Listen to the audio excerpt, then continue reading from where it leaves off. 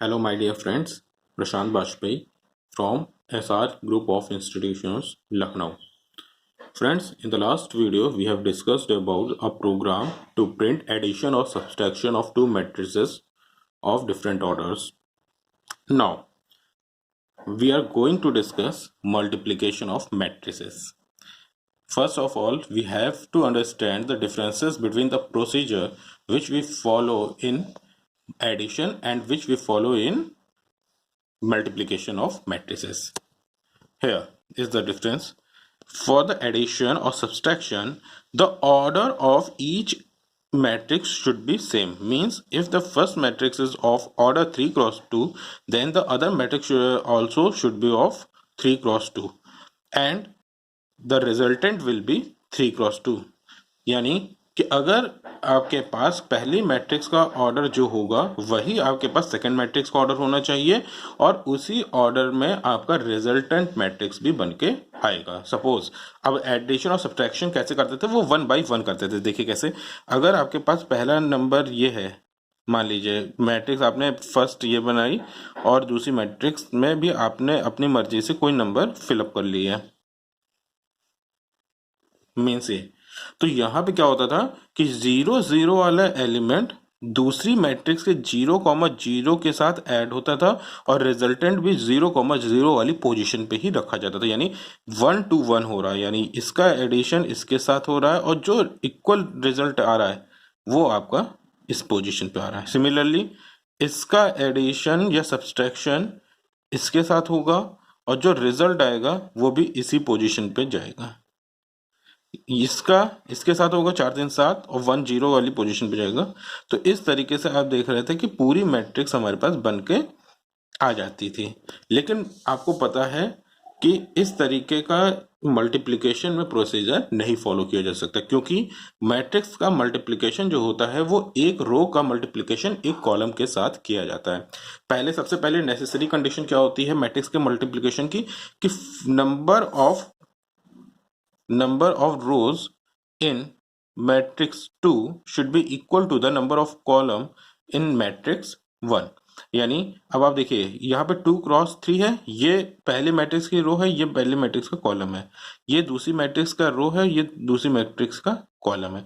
तो matrix multiplication तभी possible होगा जब पहली मैट्रिक्स की रो और दूसरी मैट्रिक्स का कॉलम सेम होगा। अगर ये दोनों मिसमैच हो रहे हैं, ये दोनों इक्वल नहीं है एक दूसरे के, तो हम मैट्रिक्स का मल्टीप्लिकेशन भी परफॉर्म नहीं कर सकते हैं। ठीक, यानी अगर हम इसका ऑर्डर ले लेते 2 क्रॉस 4 और इसका ऑर्डर यही रहता 3 क्रॉस 2, तो यहाँ पे ये 4 और ये 3 दोनों इक्वल नहीं थे। इट मीन्स मैट्रिक्स का मल्टीप्लिकेशन हमारे लिए पॉसिबल नहीं हो सकता था। अब हम देखते हैं कि मैट्रिक्स का मल्टीप्लिकेशन करने के लिए करना क्या होगा हमें। तो देखते हैं, ये मान लीजिए आपके पास ए नाम की मैट्रिक्स बन गई, ये आपके पास मान लीजिए बी नाम की मैट्रिक्स बन गई। अब इसकी रो इसका कॉलम ऐसे मल्टीप्लाई करते हैं। अब आप देखिए इसका रो का फर्स्ट एलिमेंट कॉलम के फर्स्ट एलिमेंट के साथ मल्टीप्लाई में होगा 4 इंटू 4, प्लस दूसरा यहाँ का इसके साथ मल्टीप्लाई में जाएगा 2 इंटू 0, ये वाला लास्ट वाले के साथ जाएगा प्लस 3 इंटू 1। फिर रो यही रहेगी, कॉलम बगल वाला चला जाएगा हमारा ये। अब ये यहाँ से जो आएगा वो मैट्रिक्स का पहला एलिमेंट आएगा, यानी वो कहाँ लिखा जाएगा 0,0 पे, इसको पूरा सॉल्व करने के बाद। अब नेक्स्ट वाला कैसे निकलेगा वो देखते हैं। तो यहाँ पे इसका मल्टीप्लिकेशन इसके साथ होगा 4 into 1 plus 2 into 1 plus 3 into 2, ये हमारा निकल के आया आपके पास 0,1 की पोजीशन। अब आप क्या करेंगे, अब आप जो है रो चेंज करके नीचे आ जाएंगे, ये वाली रो अब सेलेक्ट हो जाएगी रो 2, और कॉलम आगे तो है ही नहीं, फिर से आपको कहाँ से शुरुआत करनी पड़ेगी, आप घूम के आएंगे यहाँ पे और यहाँ से फिर से कॉलम नंबर 1 और कॉलम नंबर 2 फिर से करेंगे। यानी इसका जो मल्टीप्लिकेशन होगा पहला रो का पहला एलिमेंट कॉलम के पहले एलिमेंट के साथ, यानी 1 इंटू 4 प्लस 2 इंटू 0 करेंगे, तो 2 इंटू 0 प्लस 3 इंटू 1, यानी इसका जो सीक्वेंस आएगा वो आएगा 1,0 इंडेक्स नंबर। इस पूरे को सॉल्व करने पे। और इसको कैसे सॉल्व करेंगे, 1 इंटू 1 आएगा प्लस 2 इंटू 1 आएगा प्लस 3 इंटू 2 आएगा। ये पूरा जब सॉल्व करेंगे तो कैसे आएगा आपके पास 1,0। तो इसका मतलब हो गया कि आपके पास जो रिजल्टेंट आ रहा है वो 2 क्रॉस 2 आ रहा है, यानी कि पहली मैट्रिक्स का जो रो है ये और दूसरी मैट्रिक्स का कॉलम, ये हमारा रिजल्टेंट आ रहा है।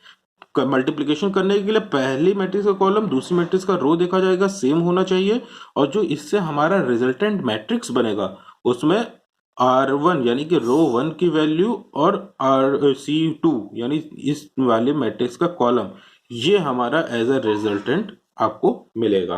अब इस पूरे प्रोग्राम को अगर हमें करना होगा तो कितने पार्ट्स में ब्रेक करेंगे। सबसे पहला जो हमारे पास आएगा कि एक मैट्रिक्स A बनानी पड़ेगी, इसको स्कैन कराना पड़ेगा। दूसरी मैट्रिक्स बी बनानी पड़ेगी, इसको स्कैन कराना पड़ेगा। फिर तीसरी ये जो सी वाली रिजल्टेंट मैट्रिक्स आ रही है सी, ये तो कंप्यूटर अपने आप बना सकता है क्योंकि ए और बी को मल्टीप्लाई इस तरीके से करेंगे तो सी वाली मैट्रिक्स अपने आप बन सकती है। यानी सी वाली मैट्रिक्स के लिए आपको फॉर्मूला अप्लाई कराना पड़ेगा और फिर जो सी बन जाएगा तो सी वाली मैट्रिक्स को आपको प्रिंट कराना होगा। यानी इतने टास्क आपको टोटल परफॉर्म करने, ए को स्कैन, बी को स्कैन कराना है, सी के लिए फॉर्मूला अप्लाई करना है, और जब सी वाली मैट्रिक्स बनके तैयार हो जाएगी तो सी वाली को प्रिंट कराना है आपको। अब हम देखते हैं कि इस फॉर्मूले को अप्लाई करने के लिए आपको बार बार ये देखिए, अगर एक सीरीज बन गई यानी इसमें मल्टीप्लिकेशन भी हो रहा है और एडिशन भी हो रहा है, फिर ये भी एक सीरीज बन गई, इसको सॉल्व करेंगे, फिर ये इस तरीके से मल्टीपल सीरीज आपके पास बनती जा रही हैं। तो अब हम देखते हैं इसके लिए प्रोग्राम हमें कैसे करना है।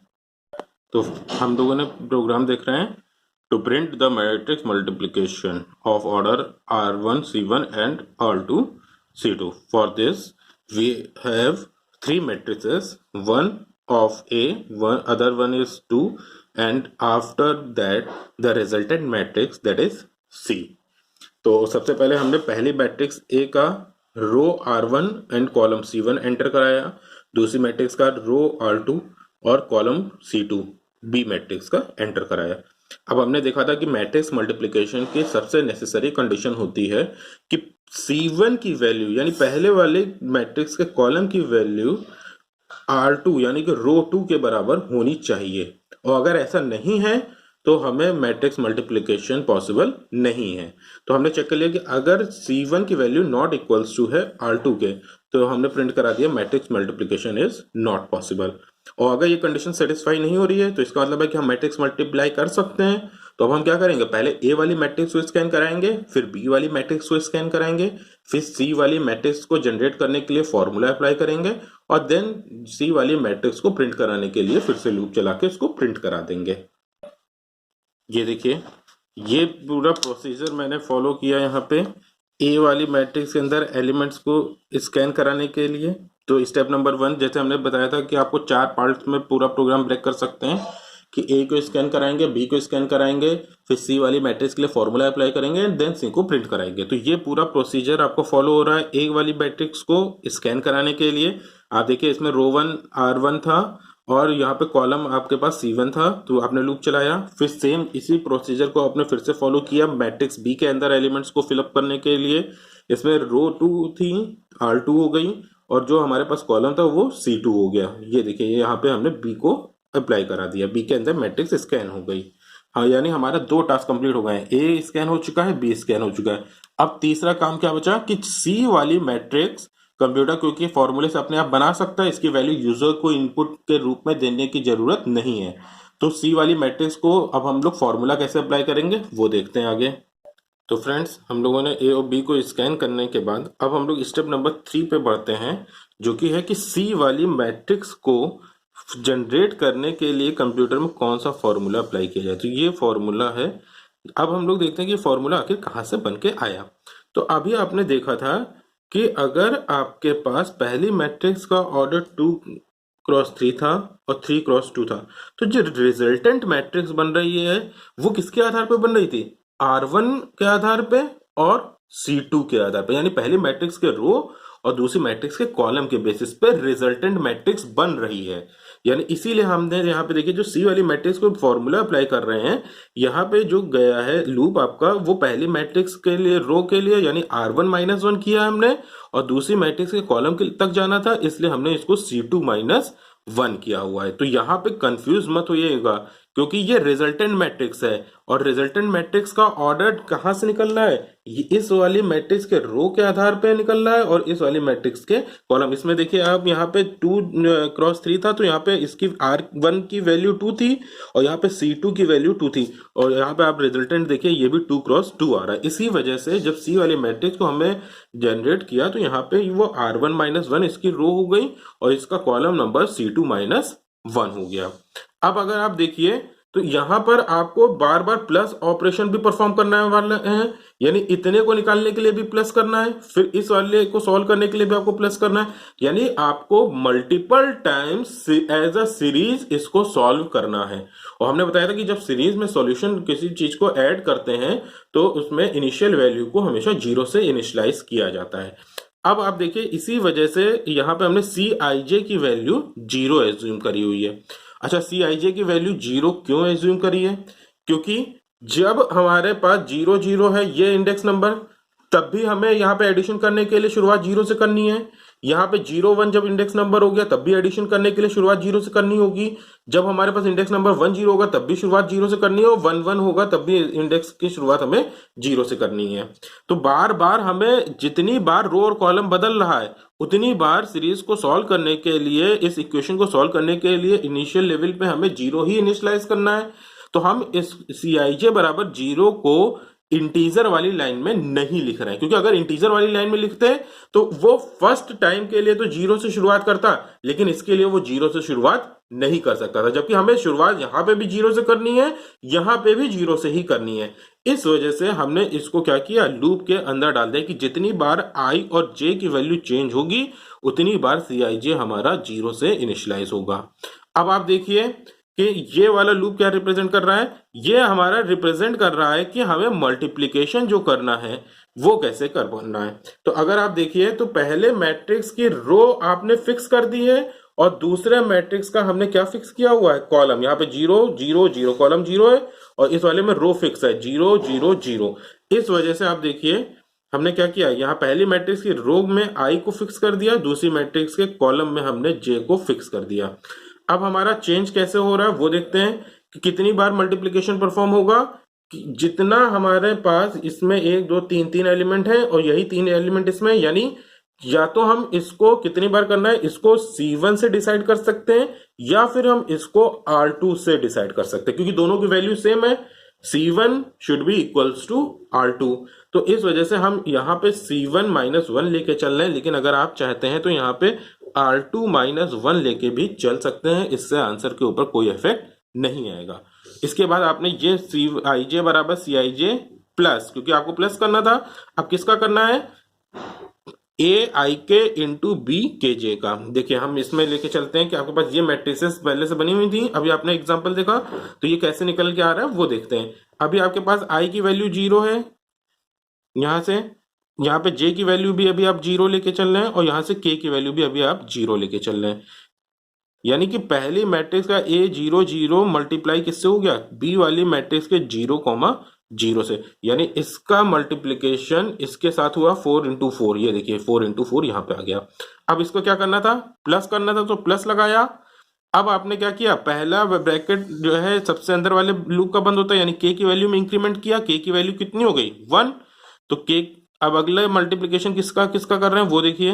अब अगला मल्टीप्लिकेशन हम A01 का B10 के साथ कर रहे हैं, तो A01 ये है यानी 2 है और 10 कितना है, यहाँ पे B वाली मैट्रिक्स में 0 है, इसीलिए हमने यहाँ पे लिखा हुआ है 2 इंटू 0। फिर k की वैल्यू में फिर से इंक्रीमेंट करेंगे, k की वैल्यू हो जाएगी 2, तो अब अगली बार मल्टीप्लिकेशन किसका हो रहा है, A02 का मल्टीप्लिकेशन हो रहा है B के 2,0 से। तो A के 02 में क्या लिखा हुआ है 3 और B के 20 में लिखा हुआ है 1, तो ये यहाँ पे देखिए 3 इंटू 1 आया। इसी तरीके से हम पूरी मैट्रिक्स को सॉल्व कर रहे हैं, तो ये आपका फॉर्मूला अप्लाई हो गया।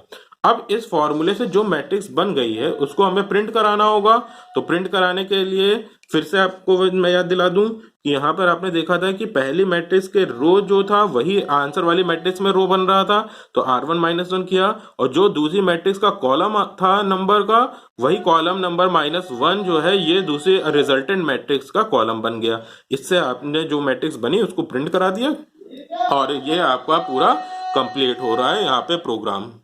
ठीक है, इसको रन करा के भी अभी हम आपको नेक्स्ट वीडियो में दिखाते हैं कि ये कैसे रन कर रहा है।